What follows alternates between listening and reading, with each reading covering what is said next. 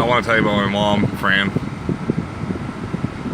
My mom, 4 months ago,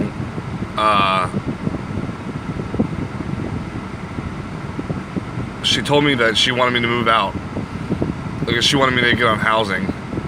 And she was looking forward, and she filled out the paperwork for the agency. You know, she helped me do that. And now,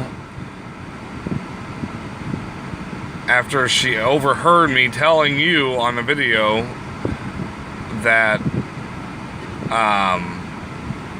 how happy I was to live with my mom, and how and then also she heard me talking about you and Heather and how you guys live together and how special that is, and that you guys are able to do that.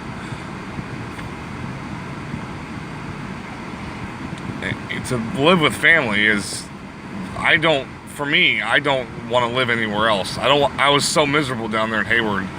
I love living with my mom. With somebody, if I had family down there and lived with them, I'd be happy too. Anyway, because it's because of Aaron. Aaron's the baby.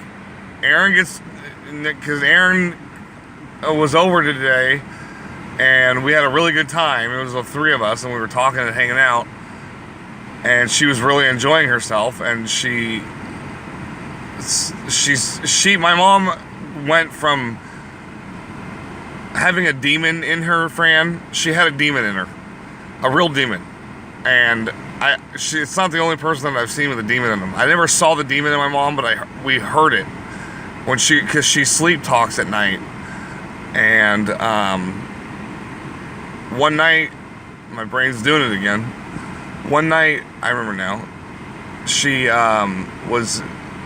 one night that I remember, Aaron said it happened all the time, because I wasn't living there, but I was there one day when she was asleep, and she starts cussing away, "You motherfucker," I'm not going to repeat it, but she just started cussing real wicked like, and it wasn't her, it was a demon, and I told her this too. I told her, "Mom, you literally had a demon in you, and I'm glad it's gone, and it's been gone for a long time." And she's been progressively she used to be very cold to me. She kicked me out of the shower one time, and I wasn't manic, and I talked to her about it, and I remember talking to you, and you said you said I was probably out of it, manic or something, and I wasn't, because I talked to her about it. I remember I wasn't. She just was ruthless with me. We had a big ordeal when Grandma died, and the will, and anyway, my brain did it again, damn it.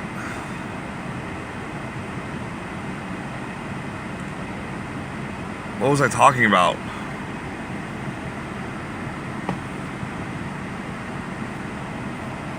Pray. I just meditate. I have to meditate because I can't. My brain goes blank. The Lord does it, Fran. Okay, yeah, the Lord wants me to tell you about the church. He wants me to start a church on Facebook. He wants me to be a one-man church. And all the time people spend on Facebook, they can have access to Christian values on Facebook. And it's perfect. It's going to be called the White Horse Project. That's what the church is going to be called. And I'm nervous because it's a big deal, because I have to be interesting. I have to talk to people and teach them about how to live life and about how to be a Christian and what Christianity is all about, and about loving your neighbor and being a good person. That's what he wants me to teach about. And I have examples in my life that I'll share, like with Jonathan. Jonathan's the guy that Aaron's in the halfway house after they got out of jail or prison. They go to this halfway house called Sponsors, and his roommate is working his butt off. He spent like 2.5 years in jail, and he's suffered. That guy has suffered tremendously, and he works he's got glue all over his clothes, and because he does a labor job, and he doesn't have a license, so he needed a ride to go look at a new house, because it's only a temporary living situation for them, to look at a place to live, and he wanted to see it before he moved in, so he wanted a ride. And my mom told me to tell him that we're not going to give him a ride again, and I didn't think about it. It didn't hit me, but I was in the car with him, and I told him, I was like, I gotta tell you that my mom wants me to tell you that we can't give you a ride again. And I felt like a piece of crap. I just could not believe myself. How could I deny this kid that's going through hell, that's suffered, that everybody who goes to jail is in a bad place and has a lot of suffering? And he's doing really good. He's working his butt off, and he's making very little money, and he's hustling, and he's really has a good intentions. He's doing a good job. And would not be a Christian. And my mom and I are sharing her car. Her car is just this wonderful Nissan little economy car, just beautiful machine that we have access to, and it's a very Christian-like to share and give him a ride. So I gave him a ride, and I told him that I'm going to give him another ride because he needs to look at another house again. And then Mom said today, Fran, she said,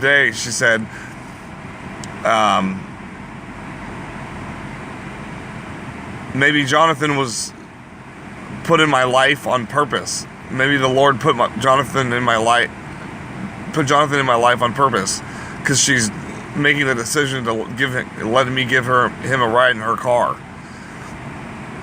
And I said, hell yeah, it's on purpose, Mom. There's a reason for everything. The Lord is in control, and He has reasons for what He does. We don't understand them, and we're not going to understand them probably for a long time. But and I forgot. My brain went blank again. The Lord just takes it away. Whatever I'm thinking, He just says, that's enough. Time to meditate. So I meditate. I gotta shut it off. It's 7 minutes. I'm sorry it's taking so long. I gotta make them shorter. Thanks, Fran. So I'm excited about the church thing. I'm nervous about it though, because it's gonna be hard. I have been taking notes and coming up with content, and I've got to say the Lord's Prayer, Our Father, Thou art in heaven, and I'm not gonna say the whole thing because it's long.